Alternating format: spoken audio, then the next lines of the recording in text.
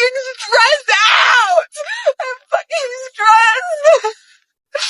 We should not be working like this. I work my ass off and I can't even fucking pay bills, bro. And they always say, don't compare yourself to others. But I see people going to Coachella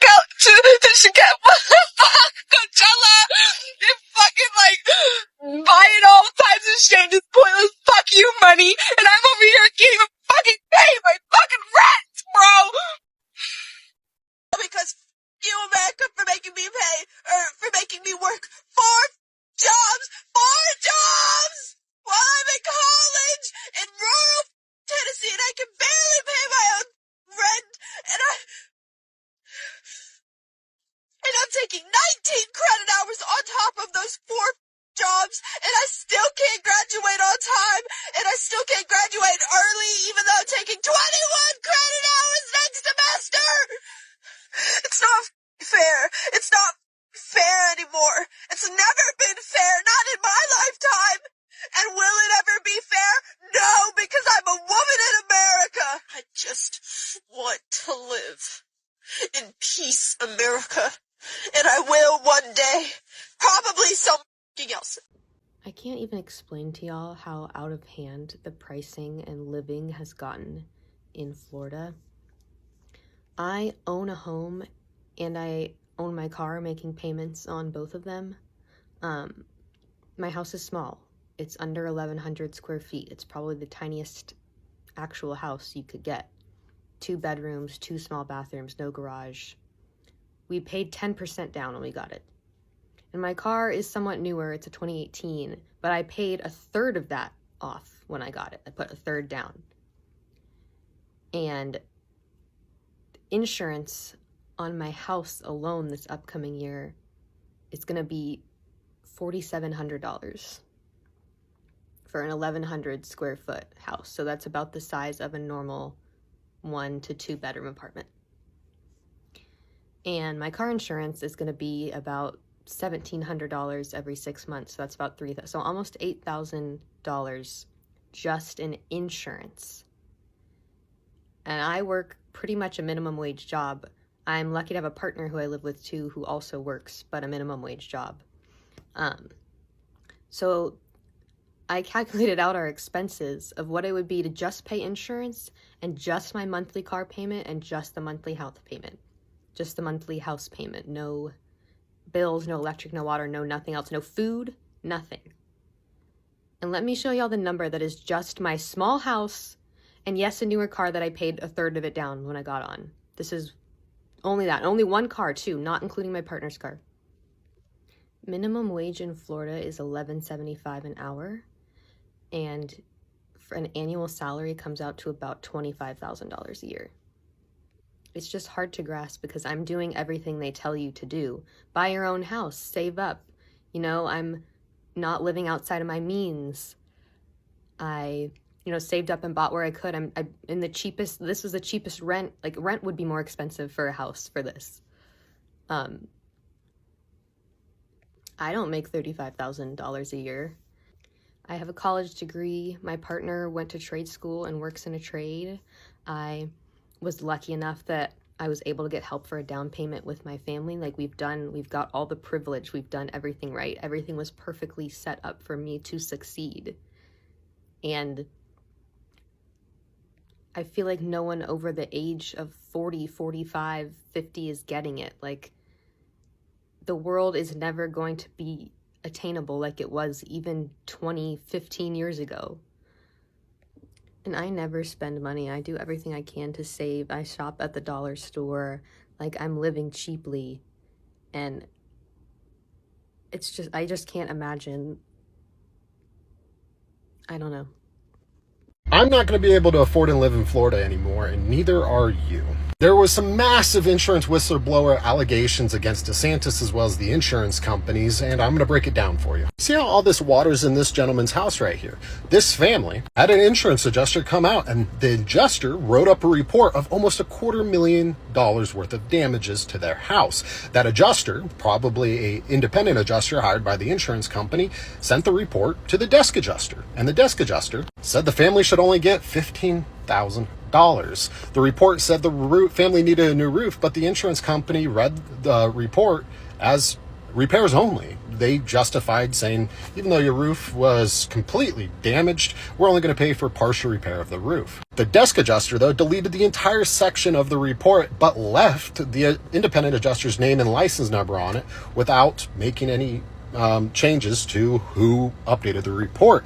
Now, a lot of families called the independent adjuster and cussed him out, but he said, no, that isn't me that's making these changes. It's the desk adjuster. So now, just last week, a letter was sent over to DeSantis, essentially saying this whistleblower report that came out really needs to make an impact on the insurance companies that live in Florida. Now, DeSantis was doing interviews at the time that this bombshell broke, and he was very pissed off about it. One is, you're messing with his donors. Along in the letter, it says, we cannot allow these companies to exploit vulnerable Floridians in their darkest moment and clog our court system with needless cases fighting against the claims they know they should have paid.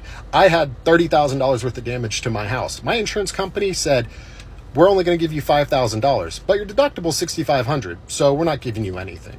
Now, DeSantis has passed a few laws that have made it almost impossible to sue your insurance company and go into litigation for extra funds. We knew that was going to be a problem, but he's also received significant donations to his campaign. For example, State Farm gave DeSantis $155,000 in a single day to his campaign. There was also ties to political action committees that linked major insurers, also gave him $275,000 to his campaign. So things are really starting to pile up here, and I did say it's going to be almost impossible for you to live here, as well as myself, and the reasons for it are pretty clear. We've almost had a doubling of our insurance premiums over the past 2 years. I'm paying almost $4,000 more than I was for my insurance, even though I had no flood damage to my house, and the damages that I had were my roof. It was a brand new house. And I'm still paying it a crazy amount. My escrow alone for my mortgage went up $1,200. At that rate, my house is now essentially $1 million house, according to the premiums I'm having to pay on it. The thing is, the people that are really making this big impact against the insurance company are the people living on the barrier islands. The big multi-million dollar houses owned by celebrities that really aren't there all the time that get wiped out after the storm. So that means people that are living near Lake Okeechobee or Orlando, people that really don't get hurricane damage for the most part, are seeing it hitting their pockets as well. These multi-million dollar houses, billions of dollars worth of damage every year because of the hurricanes that are really just the outside edges of Florida, are impacting everyone throughout the state. There's retirees that can no longer afford to live here because taxes have gone up, because the homeowner's insurance is impossible to pay. It's more than their Social Security and retirement will cover. This is a ever going on issue here in the state of Florida, and it's only going to get worse. Okay, are people actually leaving Florida? My name's Jackie Little. I'm with Keller Williams Realty, and I sell real estate in the Tampa Bay area, and I want to share with you a trend that I'm starting to see that's very surprising to me. So although I was born in Ohio, I was raised in Florida since I was 9 years old, and for the 9 years that I've been selling real estate in this area, I would say most of my transactions have come from people who are moving to Florida. And I mean, from Ohio, from California, from Michigan, from New Jersey, I mean, you name it, people are coming here usually from everywhere. This year is the first year that I have had a half a dozen sellers leave Florida and move away. I had one move to Arkansas, I had one move to Louisiana, I had one move to Michigan, which is really shocking. Typically, people are not leaving here to go to colder climates. They're typically leaving colder climates to come to Florida. So, most of the people that I have sold their homes and they've left the state have been saying it's for cost purposes. And some are obviously leaving to be closer to family as they get older. typically family moves down here, right, to take care of their elderly parents, but no, this year I've been seeing people leave, and a lot of it is having to do, I think, with the insurance cost. I had a couple that retired to Arkansas, and they had friends that moved out there and said that it was so much less expensive. So I sold their 2-bedroom, 2-bath home here for $400,000, and they bought a home in Arkansas, a 3-bedroom, 2-bath for $250,000. So they were able to retire early.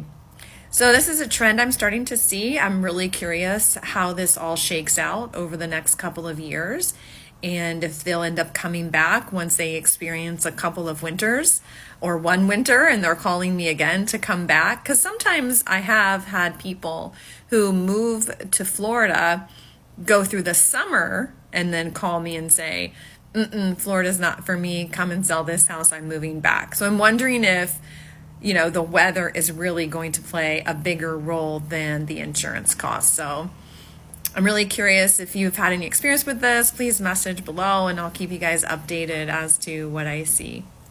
Florida is bleeding, and the people who cheered the loudest, they are the ones drowning fast. You voted for the man who promised you the American dream. You waved the flag, you wore the hat, but right now in the Sunshine State, you cannot afford to stay in the house you own. Insurance is eating your paycheck alive. 1,700, and every 6 months you for your car, you're working minimum wage at $25,000 a year, and before you buy a single grocery, before you pay one utility bill, insurance alone has already swallowed $8,000 of it. Florida used to be the promised land, sunshine, no estate income tax, low cost of living. People who are running to Florida from New York, from California, from the Midwest, but something shifted. Climate change made hurricanes more frequent and more ferocious. Insurance companies started fleeing the state or hiking premiums so high that ordinary homeowners couldn't breathe. And then the cost of living followed. Rents went crazy. Home prices ballooned, and wages, don't even talk about it. Wages stayed exactly where they were. Real estate professionals are now seeing the reverse migration. Clients selling their Florida homes for $400,000 for a 2-bed, 2-bath, and buying 3 bedrooms in Arkansas for $250,000. Moving to Michigan, moving to Louisiana. States that people used to flee are now looking like paradise compared to what Florida has become. So here's what the data is telling us. Half of all renters in the United States spend more than 30% of their income on rent.